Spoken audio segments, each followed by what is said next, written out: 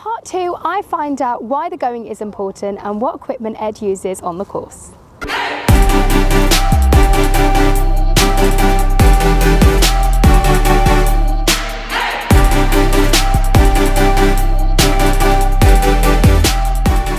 So even though you have a period of time where you leave the track alone, I'd be right in saying that actually you have to keep an eye on it all year, don't you? Yeah, I'd walk it at least once a week during the winter, and probably twice or 3 times a week in the summer, and obviously more if we're racing. So if we're racing, we'll be walking every day or a couple of times a day, just depending what's going on, and if we're watering, to see what the effect the water is having.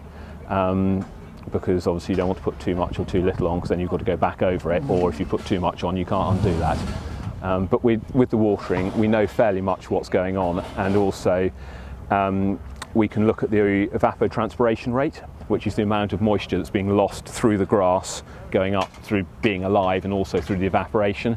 And then looking at those figures, we can then work out how much water roughly we need to be putting on it. So it's not just the case, everybody seems to think we just go along and throw water at it. And it's not just a case of going and throwing 10 millimetres at everything or 5 millimetres. You know, we'll put 10 on some of it, run it down to 8 or 5, depending on how well the ground holds the moisture.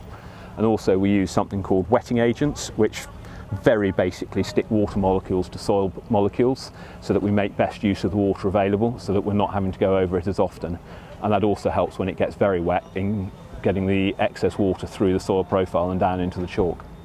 When you're walking the track, can you feel it with your feet? Yes. Exactly, you can? Yeah, if you walk it often enough.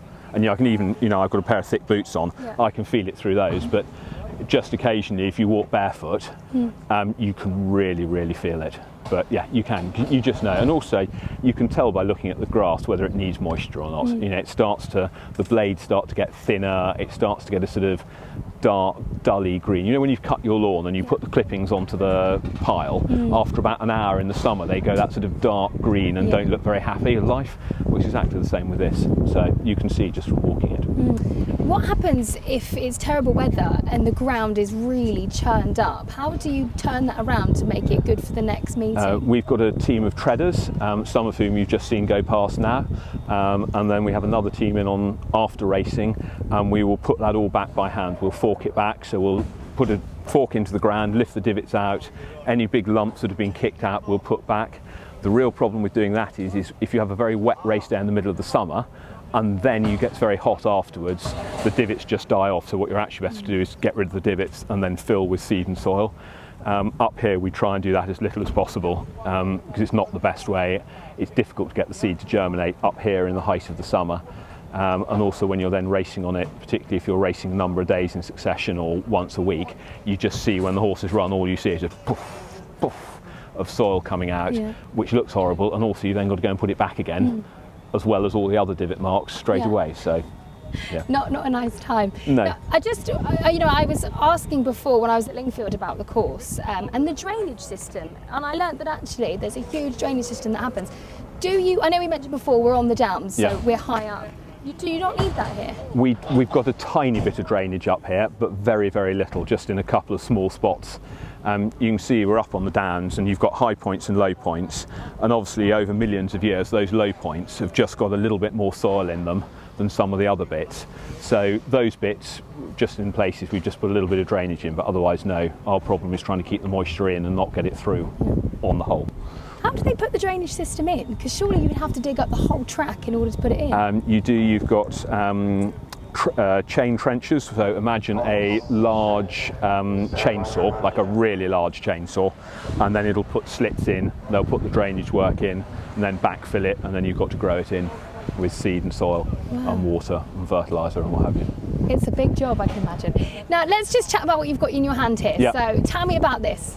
Right, so this is my stick, which is what I walk around and put in the ground. Every clerk will have something different. Some like pointed sticks, some like flat end sticks. For me, this suits me brilliantly. It doesn't wear down too fast because we've got the metal tip on it. Otherwise up here the stick wears down really quickly, and it's like a car or anything like that, you get used to a stick. So if you're having to change it the whole time because it wears down, it's not great, and I'd kill a stick a season up here if I didn't have the metal on the end of it. For jump racing, I'd have a flat end on it, just because you probably want slightly softer ground, or you want to know if it's getting quick sooner jumping than you do with a flat. And then I walk around the course and put the stick into the ground, and it just depends how far in it can go, how difficult it is to push it into the ground, what it feels like when it goes in. And people say, well, how do you know? Do you have notches on the stick? And no, I don't. It's feel. It's the same way that if I said to you, when you're coming up to some traffic lights in your car, how do you know when to brake? You know when to brake because instinct tells you that you need to give it however far and you're going however fast and X, Y, and Z. And it's no different from that. So that's the one I use to give the going description, and then you will see on the going descriptions a number afterwards, and that is from this, which is a going stick, and it produces a number, so 7.6 say, and what you have to do is push this into the ground and pull it back so it measures penetration and shear.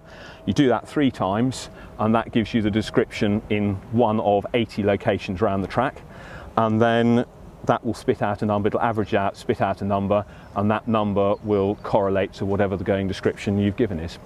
So back in the day before you had this technology, what did you use? Would it just be the stick? Just the stick, yeah. Oh really? Yeah. So this is just a really good tool. Originally the plan with that was that 7.6 at Goodwood would be the same as 7.6 at Salisbury, Hamilton, anywhere. And unfortunately what they found is that every track has a different soil type and reacts a bit differently.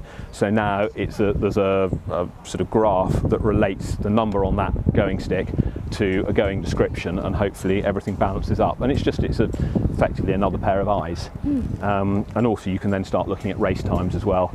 And James Willoughby's been doing some very interesting research on that, race times and going descriptions, and the ratings of horses, and that's something that hopefully we'll see a bit more of in the next sort of 6 months to a year. And just quickly, just in case someone's watching this and perhaps they don't know much about horse racing, why is the going so important? Every horse acts on different ground. As you hear, you've got horses for courses. We all say it everyday life, and some horses want quicker ground, some want easier ground, and you know that trainers want to get the best out of their horses, so they want to have everything in their favour. Hence, I mean, you can see at the moment there are 2 travelling head lads just behind us having a look at the ground for their runners for today. So as we're on the track, what can you tell me about this grass? Are you happy with this grass? Is this the perfect, ideal? Yeah, it's for the time of year and the season we've had, it looks great. Yeah. You know, if it was looking like this in the middle of the summer for Glorious, I'd be I'd be a little disappointed with it. But for the time of year and considering what it's had, it's in great condition. It's so cushiony, and I'm sure you guys can see. I'm just going to bend down. I mean, look, so what did you say? That's 4 inches? That's 4 inches, yeah. That's brilliant. Well, Ed, thank you so much. That's Pleasure. really insightful. And have a great rest of the day. Thank you very much. So I've now been joined by Ralph, who is a course walker, and I've just managed to catch him before he does the last lap, is it, of your course? Now, just tell me a little bit about you and what you do at Goodwood. Basically, it's quite simple, really. We walk the course, we split into 2 teams, and we walk the course, check the running rails, check for any damage overnight, so it's safe for racing later. And at the end of the day, we split into the same 2 teams and walk it again. And how long have you done this for? Since 1998. Wow. And Ralph, if you don't mind saying how old you are? 85. See, you don't look a day over 21. And I've worked on Goodwood since 1974. Nothing else you need, is there, really? No, well, thank you so much, Ralph, and enjoy the rest of your walk down the course. It's a beautiful day as well, and actually I can't imagine there's a nicer place to work. No, as I say, you know, it's therapeutic.